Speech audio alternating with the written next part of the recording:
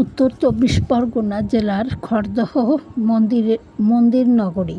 Khardah station থেকে ১ নম্বর platform পার হয়ে auto stand এসে ১০ টাকায় শ্যামসুন্দর মন্দিরের কাছে এলাম।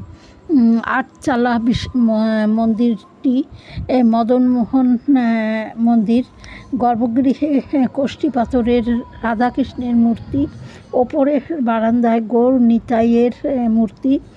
দুপুর ১টায় যেহেতু ভোগ দেয়া হয়, প্রসাদ পাওয়া যায় ১টার পরে। ১২০ টাকায় এখানে ১৪ রকমের ভোগের প্রসাদ পাওয়া যায়। তার মধ্যে অন্যান্য মন্দিরগুলো ঘুরে দেখা যাবে। কুঞ্জবাড়ি নিত্যানন্দ প্রভুর ২ স্ত্রী, তার দ্বিতীয় স্ত্রীর বাপের বাড়ি। এখানে গোপীনাথ জিউর মন্দির আছে, আর রাধাকৃষ্ণের যুগল মূর্তি। নবরত্ন মন্দিরটা ৯টি চূড়া বিশিষ্ট। বর্ধমানের কোনো রাজা এই মন্দিরটি তৈরি করেছিলেন। ২৬টি শিব মন্দির প্রথম সারিতে এবং দ্বিতীয় সারিতে